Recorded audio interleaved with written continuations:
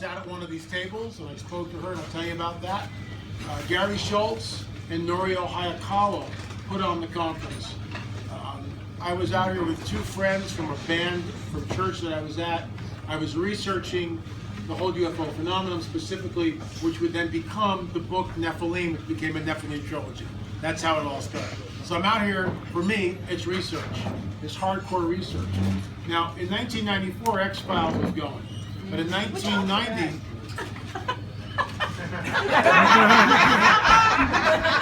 What's your name, rank, and serial number?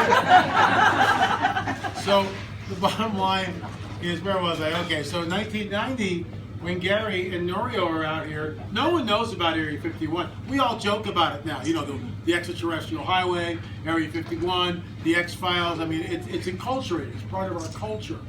But in 1990, nobody knew about any of this stuff. Nobody. I mean, a very small group of people. Well, Gary Schultz was into the whole UFO phenomenon. And so Gary would come out here with Norio. In fact, some of the stuff that Gary and Norio did, in my opinion, wound up on episodes of the X-Files. Wow. That's how cutting edge that these guys were. They backed out of it completely. Well, Norio's sort of in it, but Gary's, as far as I know. Anybody else in there? Oh, you people. I never worked so cheap.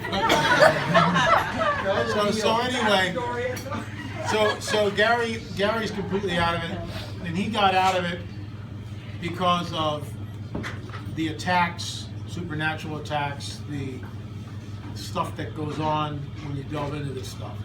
So it's 1994, we're out here, and one of the things that Gary did, and I want to show you this, don't come running up here now, but when I'm done yakking, this picture right here, and this picture right here, I have it hanging on my wall. This is from Gary Schultz. Gary Schultz took this in 1990. He called it a human pilot alien craft. And the reason what would happen, and they learned, that they went to school. Now the federal government... What's your name? Lynn is going to be lecturing us momentarily. So Gary and Norio learned, and this sounds really bizarre, but they would come out and they realized that the stuff that they started seeing was on Wednesday nights. Wednesday nights, usually around 2, 3, 4 in the morning, stuff would come up over the mountain. Now you can't go to the place that they went to. All that's been bought is now federal land. I think that guy with the straw hat, I think he's a hybrid. I'm going to just go up and ask him. Are you a hybrid?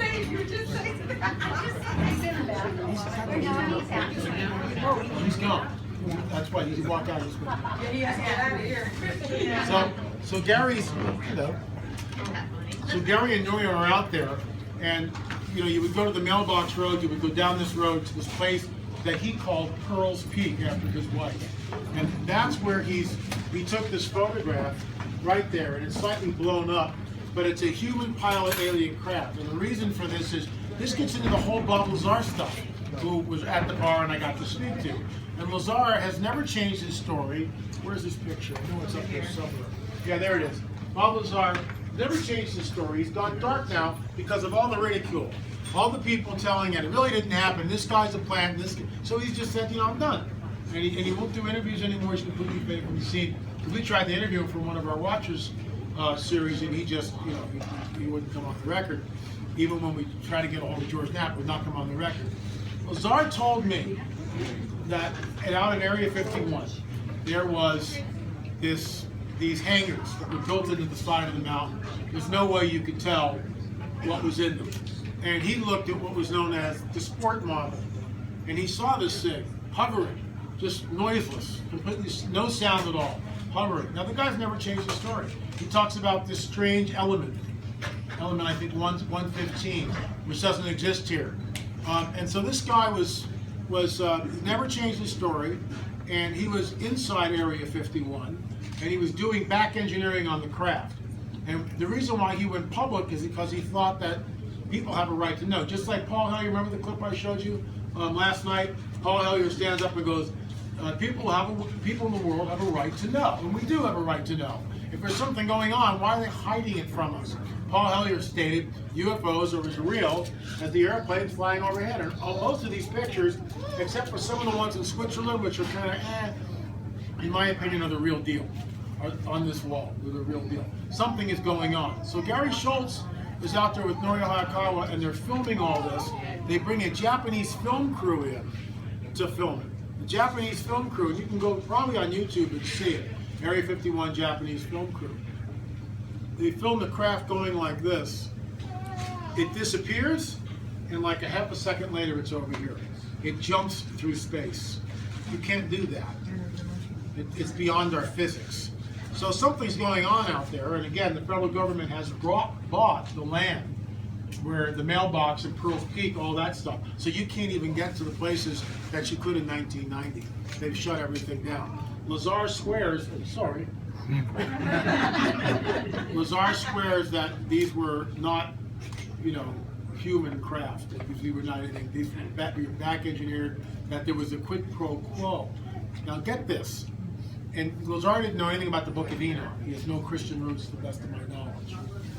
In the Book of Enoch, which is really interesting, it states that when the fallen angels come down, right, there's a quid pro quo. They give mankind something for access to the population. What does that sound like, right? And they give us primitive weapon making. That's what they do. To the women they show the first abortion. You can read the Book of Enoch. How to kill the embryo in the womb, that's what it says. They show the women how to paint their eyelids, which most of the women do today. I'm not saying that's wrong or right. I'm just telling you where the source of it is. They taught men how to create weapons. I mean, what's our favorite pastime on this planet? Killing each other, war. That's what we do. That's why when Messiah returns, right, there's no more war. Yes, at least for 1,000 years. I can't wait. I mean, why is it that Afghanistan's been rolling on 15 years, and I could go on down that rabbit trail, so I will. But the bottom line is, something is going on. Something is going on. Gary believes, as I do, that this quid pro quo that was given way back in the Book of Enoch happened in modernity. When they made contact with us, we gave them access to the population. They gave us the toys. That's what Lazar believes. That's what I believe. Gary Schultz believes the same thing. Many of us believe that there was a quid pro quo. Can we prove it? Of course not.